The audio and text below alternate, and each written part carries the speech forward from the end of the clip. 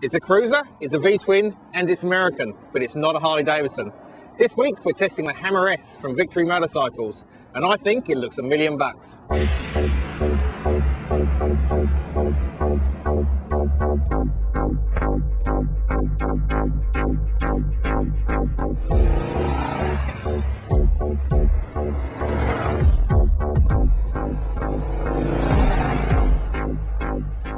Victory have been making cruisers for about 10 years now and have become known as the other American cruiser manufacturer. In actual fact, they're owned by a company called Polaris, which many of you might know more from the sort of farm quad and utility vehicle sort of company. The Victory arm is their road bike and their cruiser range. They produce a fabulous range of American cruiser motorcycles and have actually enlisted the help of the Isle and Ness design guys to get the look just how they want it. The Hammer range is what you class as a muscle type of cruiser, and the S is actually the blinged up version of the Hammer. So you pay a little bit more, but you get all the bits on that you'd like to add anyway. So you get this fantastic paint job, a lovely set of white clocks, and also this seat cover on the back.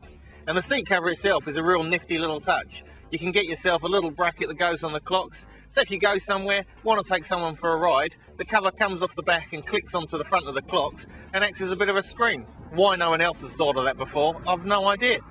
Now, being a muscle bike, it's obviously got to have the motor to go with it. And this 106 written down here is actually 106 cubic inches, which stands for about 1731 cc in the old money. It's also got overdrive, which means you can get it up into 6th gear, a nice little green light comes on the dash, and you can sit there ticking along all day long to your heart's content. But because it's a nice big thumping V-twin, turn the throttle and off she goes. Now, for many bikes like this, handling is a bit of a problem, but somehow Victory seem to have made a magic trick that even though it's got the enormous 250 section rear tyre on the back of it, it still handles. How they've done it, I don't know. The 18-inch front wheel, I guess, at the front helps, but also the fact that there's plenty of ground clearance from the pegs, so you're not grinding the bike round corners. So even though it really is designed for the American market where they've got nothing but straight roads, we've just been for a lap round Coromandel, and to be honest, it was a pleasure. Comfort too is high on the agenda with the Hammer, and the sculpted seat sits you in nicely, it's nice and low to the ground, but the bars come a long way back.